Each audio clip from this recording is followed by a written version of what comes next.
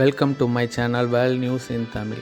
5 மினிட்ஸில் world news தெரியணுன்னா சேனலை subscribe பண்ணுங்கள், ஷேர் பண்ணுங்கள், லைக் பண்ணுங்கள். வணக்கம். தலைப்புச் செய்திகள். அமெரிக்க ஈரான் பதற்றம் அதிகரிப்பு. அலி கமேனியின் மகன் மொஜிதபா கமேனி சபதம். உக்ரைன் மீதான ரஷ்ய தாக்குதல்கள். வியட்நாமில் படகு கவிழ்ந்து சோகம். சீனாவில் புயலால் மக்கள் வெளியேற்றம். ஸ்பெயின் காட்டுத்தீ நெருக்கடி. வெனிசுலா நிலநடுக்கத்தின் பின்விளைவுகள். அமெரிக்க அரபு உச்சி மாநாட்டு பேச்சுவார்த்தைகள். இந்தியா ஆஸ்திரேலியா தொழில்நுட்ப கூட்டாண்மை. ஃபிஃபா உலகக்கோப்பை 2026 முதல் அரையிறுதிக்கான அணிகள்.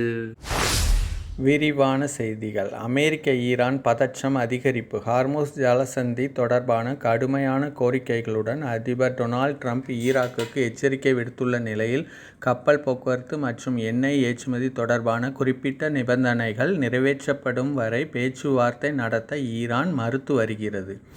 அலி கமேனியின் மகன் மொஜ்தபா கமேனி சபதம். ஈரான் உச்ச தலைவர் அலி கமேனியின் இறுதிச் சடங்குகளுக்குப் பிறகு அவரது மகன் மொஜ்தபா கமேனி பகிரங்கமாக பழிவாங்குவதாக சபதம் செய்தார்.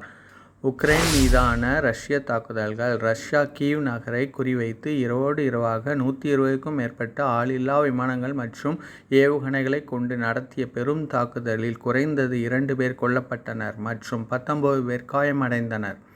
வியட்நாமில் படகு கவிழ்ந்து சோகம். தெற்கு வியட்நாமில் உள்ள புக்குவாக் தீவுக்கு அருகே கொந்தளிப்பான கடலில் இந்திய சுற்றுலா பயணிகள் பயணித்த வேக படகு கவிழ்ந்ததில் குறைந்தது 15 பேர் உயிரிழந்தனர். சீனாவில் புயலால் மக்கள் வெளியேற்றம். பவி புயல் நெருங்கி வருவதால் சீனா தனது கிழக்கு கடற்கரை பகுதியிலிருந்து 10 லட்சத்திற்கும் மேற்பட்ட மக்களை வெளியேற்றியுள்ளது. ஸ்பெயின் காட்டுத்தீ நெருக்கடி. ஸ்பெயினின் அல்மெரியா மாகாணத்தில் உள்ள வெளிநாட்டவர் வசிக்கும் குடியிருப்பு பகுதியை ஒரு பேரழிவுகரமான காட்டுத்தீ தாக்கியது. இதன் விளைவாக குறைந்தது 12 பேர் உயிரிழந்தனர், பலர் காயமடைந்தனர். மேலும் 20க்கும் மேற்பட்ட குடியிருப்பாளர்கள் காணாமல் போயுள்ளனர். வெனிசுலா நிலநடுக்கத்தின் பின்விளைவுகள். வெனிசுலாவில் ஏற்பட்ட பெரும் நிலநடுக்கத்தை தொடர்ந்து உயிரிழந்தவர்களின் எண்ணிக்கை அதிகாரப்பூர்வமாக 4000ஐ தாண்டியுள்ளது. மேலும் கிட்டத்தட்ட 17,000 பேர் காயமடைந்துள்ள நிலையில் ஆயிரக்கணக்கானோரை இன்னும் காணவில்லை. அமெரிக்க அரபு உச்சி மாநாட்டு பேச்சுவார்த்தை. வைக்கப்பட்ட படுகொலைகளை தடுக்கவும் மத்திய கிழக்கில் அதிகரித்து வரும் பதட்டங்களை தணிக்கவும் அமெரிக்கா ஓமனில் நடைபெறும் இராஜதந்திர பேச்சுவார்த்தைகளை பயன்படுத்தி வருகிறது. இந்தியா ஆஸ்திரேலியா தொழில்நுட்ப கூட்டாண்மை. இந்திய பிரதமர் நரேந்திர மோடியும் ஆஸ்திரேலிய தலைவர்களும் முக்கிய தொழில்நுட்ப பகிர்வு, செயற்கை நுண்ணறிவு ஒத்துழைப்பு மற்றும் விநியோகச் சங்கிலி மீள்திறன் ஆகியவற்றில் கவனம் செலுத்தும் புதிய ஒப்பந்தமான பேக்ட்ஸ் கட்டமைப்பை வெளியிட்டுள்ளனர். ஃபிஃபா உலகக்கோப்பை 2026 முதல் அரையிறுதிக்கான அணிகள்.